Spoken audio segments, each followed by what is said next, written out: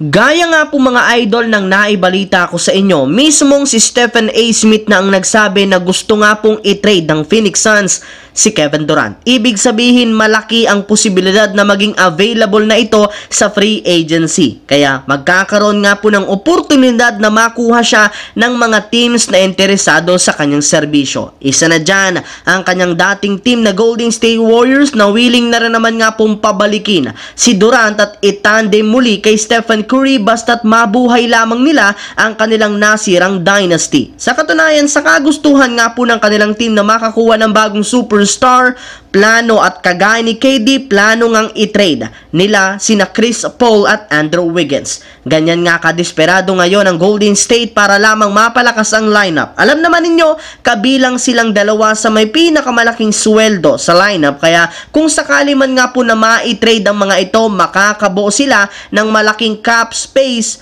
para kay Kevin Durant. Samantala, hindi nga po mga idol masyadong pumabor ang Los Angeles Lakers sa ginanap na NBA draft, gayong lahat nga ng mga target nilang batang big man na papasok ay maagang nakuha ng ibang kupunan. Kaya napilitan ng Lakers na kumuha ng shooter na si Dalton Knecht mula sa Tennessee Volunteers. Para nga sa inyong kalaman, isa nga itong 23-year-old, 6'6" na naglalaro bilang shooting guard at small forward kung saan nag-average ng 21 points per game, 4.9 rebounds sa kanyang 39% shooting sa 3-point line. Pinarangalan rin naman ito bilang SEC Player of the Year at SEC Newcomer of the Year. Mismong analyst na rin naman na si Jonathan Givony ang nagsabi na posible nga siya ang maging bagong bersyon ni Klay Thompson. Kung inyong matatandaan, last 2 months pinuri na ito ni LeBron ang bata dahil sa kanyang talento na nangangahulugan lamang aprorbado siya sa ginawang pick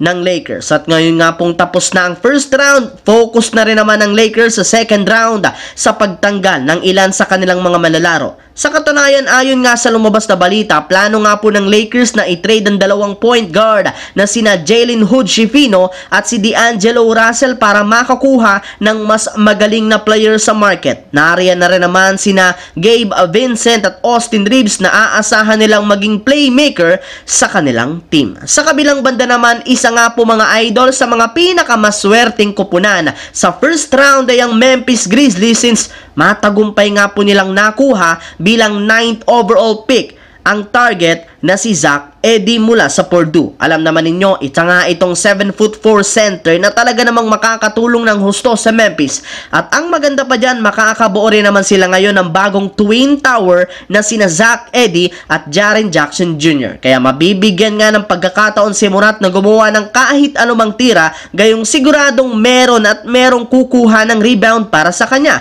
Kaya hindi na rin naman napigilan pa ni Morant ang kanyang sarili na mamangha sa ginawang move na ito ng Memphis matapos siyang mag-post sa kanyang social media account kung saan pinahiwatig na masaya siya at nagulat sa pagkuha ng Memphis sa kanilang bagong big man. Ang videong ito ay hatid sa inyo ng 1xBet. Suportahan at manalo sa inyong paboritong kupunan. Maaaring makakuha up to 12,000 cash bonus sa inyong first deposit gamit ang aking promo code. Pag tama prediction mo, panalo ka. Pindutin lamang ang link sa comment section at mag-register gamit ang inyong GCash account para makapag-cash in at cash out. Isang paalala, tumaya ng responsable. So yun lamang mga idol ang ating bagong video na ating pinag-usapan ngayon dito. Once again, this is your J-Zone TV. Huwag kalimutang mag-like, mag-subscribe, pindutin ang notification bell sa akin channel para lagi kayo maging updated sa mga nangyayari sa NBA. I-follow nyo na at i-like ang ating Facebook page,